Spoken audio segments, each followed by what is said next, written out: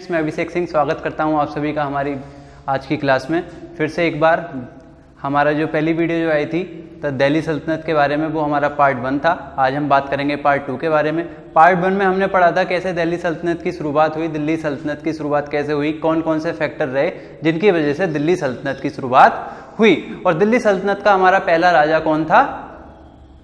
कुतुबुद्दीन ऐबक। पहली डायनेस्टी थी slave dynasty, और फिर पहली डायनेस्टी स्लेव डायनेस्टी के बारे में पढ़ लिया था हमने, और खिलजी डायनेस्टी के बारे में पढ़ा था।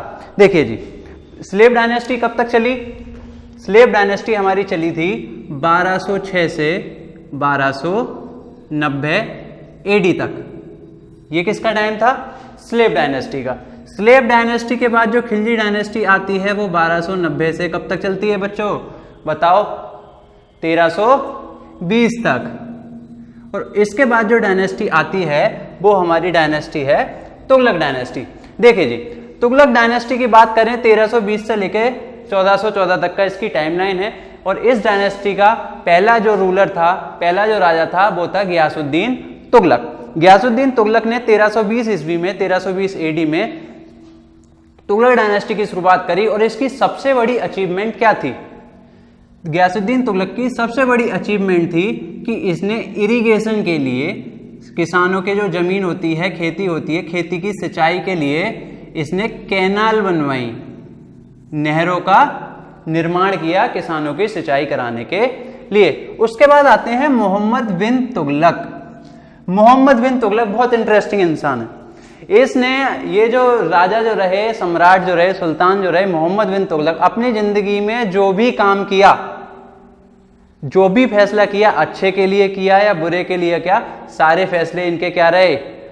उल्टे रहे। देखिए जी, जब ये सुल्तान बने थे तब कैपिटल थी इनकी दिल्ली। दिल्ली इनकी कैपिटल हुआ करती थी। तो इन्होंने क्या काम करा कि जो दिल्ली जो पड़ता है हमारा, देखो इंडिया की अगर हम बात करें, east India, waste India, north India, south India, Delhi हमारा थोड़ा नॉर्थ इंडिया में आता है। तो साउथ इंडिया में ये रूल कर रहे थे। साउथ इंडिया में रूल को अपने साम्राज्य का विस्तार करने के लिए इन्होंने अपनी कैपिटल को दिल्ली से कहां शिफ्ट करा? दिल्ली से शिफ्ट करा देवगिरी को। देवगिरी कहां पड़ती है?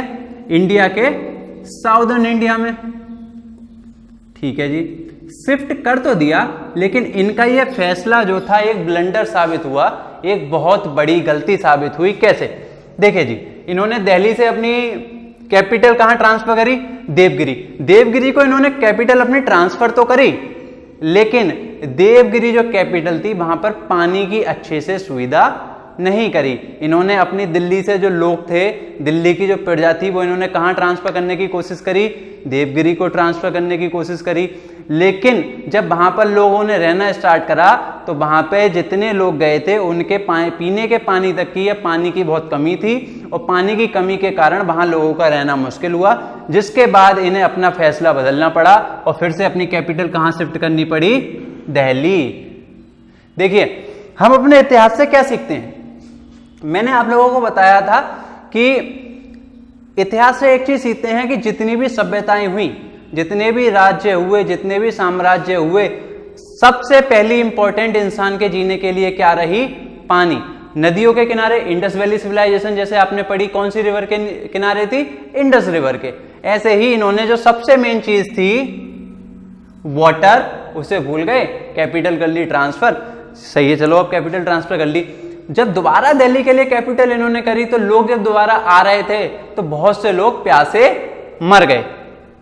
इसके अलावा इन्होंने एक काम और करा था। इन्होंने क्या काम किया कि जो लोग थे गंगा यमुना दोआब के, मैंने आपको पिछली वीडियो में ही बताया था दोआब क्या होता है। दो नदियों के बीच का ऐसा एरिया जो बहुत फर्टाइल हो, उसे क्या कहते हैं? दोआब। तो यमुना के किनारे ही क्या बसा हुआ है हमारा? दिल्ली यमुना के किनारे है। तो गंगा यमुना दोआब पे के जो किसान थे उन पर इन्होंने कर वृद्धि करी, मतलब टैक्स जो था उन पर टैक्स बढ़ा दिया। चलो साहब, टैक्स तो बढ़ा दिया, लेकिन राजा की किस्मत कैसी थी? बहुत बुरी। जब टैक्स बढ़ाया तभी एक महामारी आ गई। महामारी का क्या नाम था?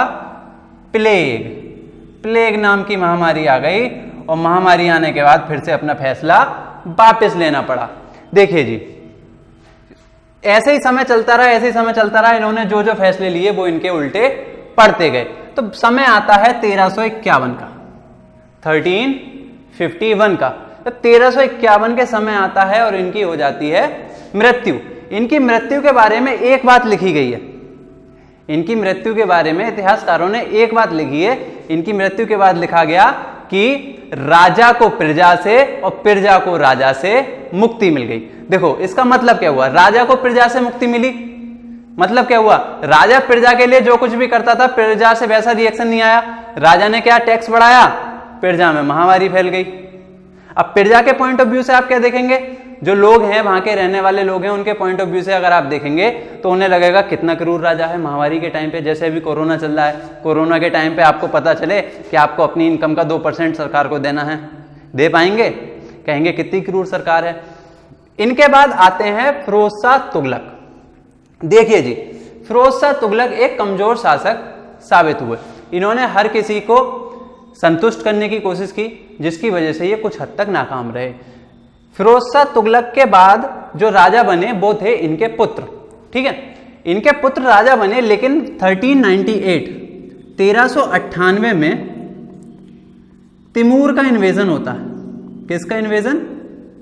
तिमूर, जिसका पूरा नाम था तिमूर लैंग। देखिए तिमूर कौन था?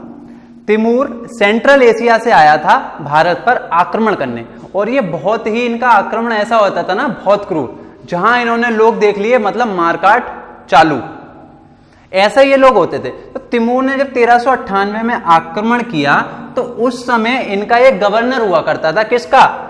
तुगलक डायनेस्टी का एक गवर्नर हुआ करता था, तुगलक डायनेस्टी का गवर्नर हुआ करता था, और उस गवर्नर का नाम था खिज्र खान। देखिए जी, आप किसी के यहां करते हैं नौकरी, इमेजिन करिए एक सिचुएशन, आप किसी के यहां करते हैं नौकरी, सामने से आपको दूसरा इंसान आता है, आपको ऑफर देता है कि देखो यहां अगर तुम्हें 10,000 मिल रहे हैं, मैं तुम्हें 1 लाख दूंगा, तुम इसे धोखा दो और मेरा साथ दो। 90% लोग क्या करेंगे, उसे धोखा देंगे, और जो जहां फायदा होगा वहां उस इंसान का साथ देंगे। खिज्र खान ने भी ऐसा ही किया। देखिए 1398 में जब तैमूर का जो इन्वेजन हुआ था, तब तुगलक डायनेस्टी का गवर्नर जो था खिज्र खान, उसने तैमूर की शक्ति का अंदाजा लगा लिया कि तैमूर बहुत शक्तिशाली है, और किसके साथ हो गया? तैमूर के साथ हो गया। और किसे धोखा दे दिया? तुगलक डायनेस्टी को, फिरोज शाह तुगलक के जो पुत्र थे उन्हें, ठीक है। लेकिन जब 1398 में तैमूर का साथ दिया, अब तैमूर इन्हें खुश होकर कुछ तो देगा। तैमूर इन्हें उस रीजन का क्या बना के चला जाता है? फिर से गवर्नर बना के चला जाता है। और जब तैमूर की मृत्यु हो जाती है, उसके बाद ही खुद को 1414 में क्या घोषित कर देते हैं? राजा। और कौन सी डायनेस्टी बनती है? सैयद डायनेस्टी, ठीक है। सैयद डायनेस्टी के बाकी जो रूलर्स हैं वो इतने इंपॉर्टेंट नहीं है, क्योंकि इन्होंने इतिहास में ऐसा कोई कार्य नहीं करा जिसकी वजह से इन्हें याद करा जाए। देखिए अब हमारी डायनेस्टी आती है लोधी डायनेस्टी। लोधी डायनेस्टी की स्टार्टिंग किसने करी? लोधी डायनेस्टी की स्टार्टिंग करी हमारे बहलोल लोधी ने। कब? 1451, 1451 में बहलोल लोधी ने लोधी डायनेस्टी की शुरुआत करी थी। किसे हटा के? अलाउद्दीन शाह को हटा के खुद क्या बने थे? राजा बने थे। बहलोल लोधी के बाद जो राजा बने थे वो सिकंदर लोधी। सिकंदर लोधी वही इंसान है जिसने आगरा की स्थापना करी थी 1506 में। आज जो आगरा शहर है वो 1506 में इन्होंने ही बसाया था। किसने? सिकंदर लोधी। सिकंदर लोधी के बाद जो राजा बनते हैं, सिकंदर लोधी के पुत्र, जिनका क्या नाम है? इब्राहिम लोधी। इब्राहिम लोधी राजा बनते हैं, लेकिन इब्राहिम लोधी के टाइम पे एक आक्रमण होता है 1526 में। इब्राहिम लोधी के टाइम पे 1526 में बाबर का अटैक होता है। बाबर जो कि एक मुगल था, बाबर का अटैक होता है, और बाबर की जो सेना होती है, इनकी सेना के मुकाबले बहुत संख्या में कम होती है, लेकिन फिर भी इनकी बहुत बुरी तरीके से हार होती है और इनकी उसी युद्ध के दौरान मृत्यु हो जाती है। अब ऐसा क्यों हुआ? देखिए बाबर का जो आक्रमण था बाबर ने अपना जो आक्रमण किया था, तो बाबर के पास एक ऐसी चीज थी जो उस समय किसी के पास नहीं थी। इस समय की जो लड़ाई हुआ करती थी, तुगलक डायनेस्टी हो या सैयद डायनेस्टी हो या लोधी डायनेस्टी हो, उससे पहले स्लेव डायनेस्टी या खिलजी डायनेस्टी, ये सब किस चीज से लड़ते थे? भालों से लड़ते थे या तलवार से लड़ते थे? इनके पास यही चीजें होती हैं। लेकिन जब बाबर आया, बाबर क्या लेके आया अपने साथ? तोपें। अब सुनिए, एक तरफ चल रहे हैं तीर, तलवारें, भाले, दूसरी तरफ से आ रहा है एक तोप का गोला। एक बार में कितने सैनिक ढेर? 20, 30, 40 सैनिक ढेर। विस्फोटक बम की तरह एक तोप आती थी और इसकी सेना के बहुत सारे लोगों को मार के चली जाती थी। चलिए, हमारी आज की वीडियो में इतना ही। एक बार फिर से क्विकली रिवाइज करेंगे। पहली डायनेस्टी कौन सी थी हमारी? सोचिए बच्चों, पहली डायनेस्टी थी स्लेव डायनेस्टी, जिसका पहला रूलर क्या था? कुतुबुद्दीन ऐबक। और लास्ट डायनेस्टी हमारी दिल्ली सल्तनत की कौन सी थी? लोधी डायनेस्टी, जिसका आखिरी रूलर कौन था? इब्राहिम लोधी। आज के लिए इतना ही। अच्छे से घर पे पढ़ते रहिए। मिलते हैं नेक्स्ट वीडियो में।